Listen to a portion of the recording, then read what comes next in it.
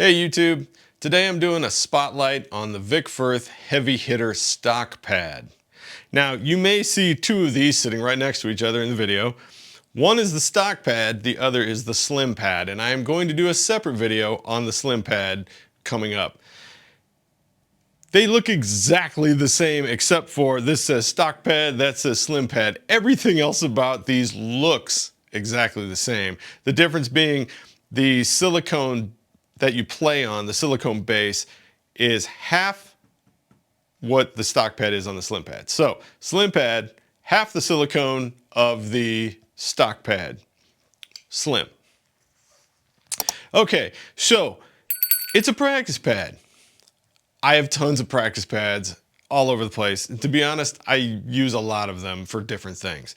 But this particular pad from Vic Firth is geared towards the average everyday person. It's great for concert snare drum, rudimental snare drum, marching drums, drum set.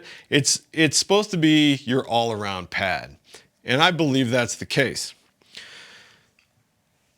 Right off the top, the playing surface, well, let's do this. The diameter of this pad is 13 inches. The playing surface from rim to rim is 10.5. That's what I measured it at, 10.5 inches. The playing surface is a silicone base.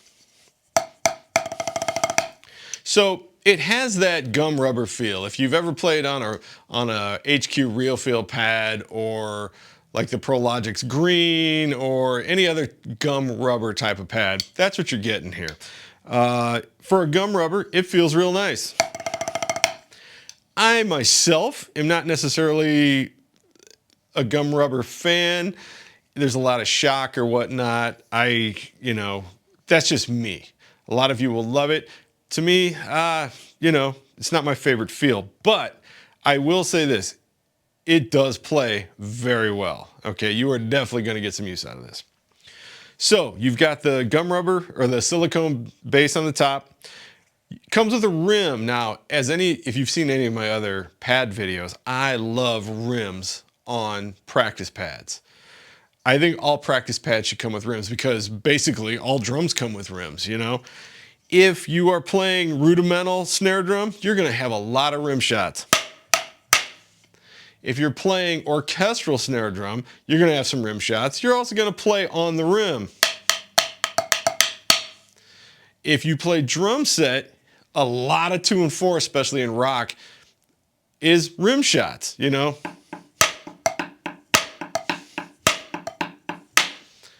So it's great to have that rim on there.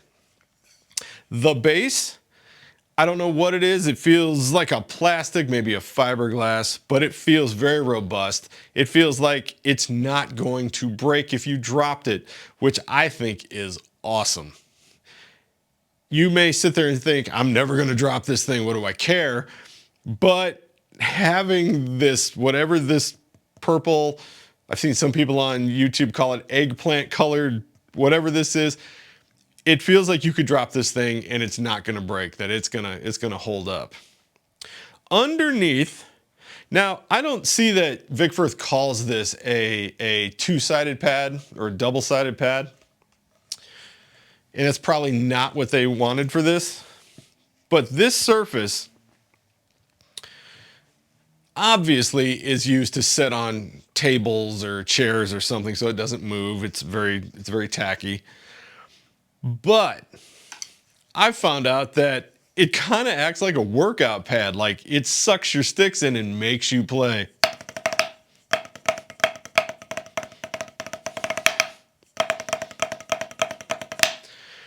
So, not sure that that's what they were going for, but it does work. Now, mind you, if you get one of these and you start using this backside, I have no idea if this material will hold out or not. I don't know, I haven't had it that long, but it does work.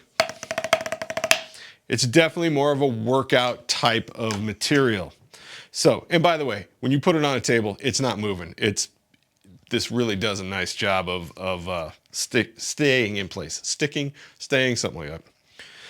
So, another thing that this pad has that both the Slim Pad and this stock pad come with is an extra piece of laminate that you can stick on the pad. As you can tell, I have not put it on the pad. What Vic Firth says it does, and what I've talked to friends of mine who own this pad or that one and they put it on, it adds that slick drumhead type of feel, like a plastic feel. But the biggest thing is it adds slightly more articulation. That's not what I was going for with a pad like this. I just want it to be a workout pad, a get ready to, you know, warm up pad type of thing. I don't need more articulation. That's just me.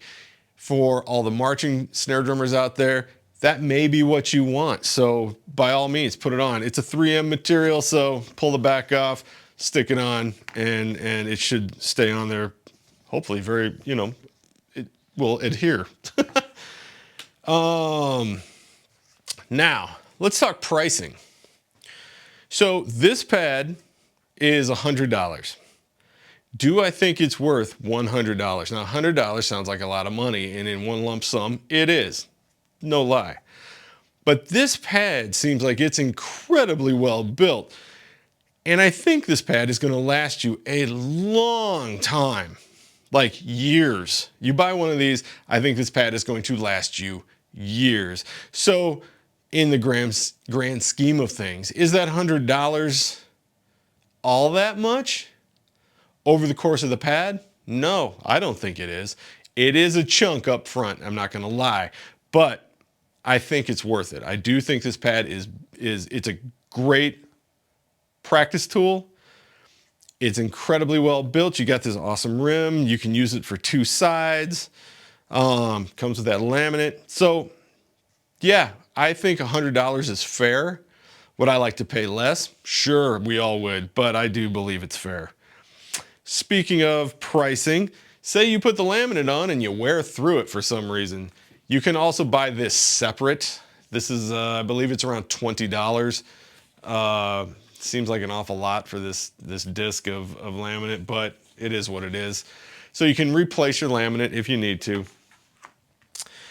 Yeah, I think this is a great pad. It's, you know, like I said, the gum rubber thing, obviously useful. It's just not my favorite surface to play on, but will I use it? Absolutely, without doubt.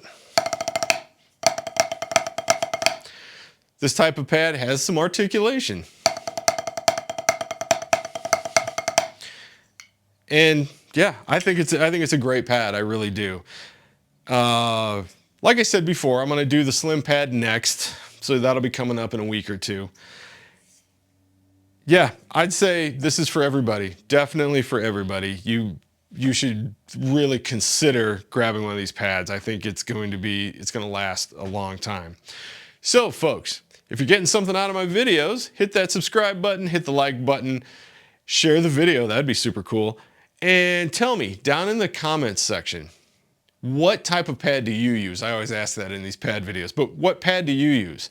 And do you own this one? Do you own a heavy hitter, either the stock pad, the slim pad, or some of the former versions of this pad? By the way, I want to give a shout out to Bill Bachman and Chris Romanowski. They're the two that created this pad way back in the day and have updated it to this really, really fine piece. So, yeah. Other than that, folks, get yourself a pad and get those chops going. All right, we'll see you in the next one. Take care.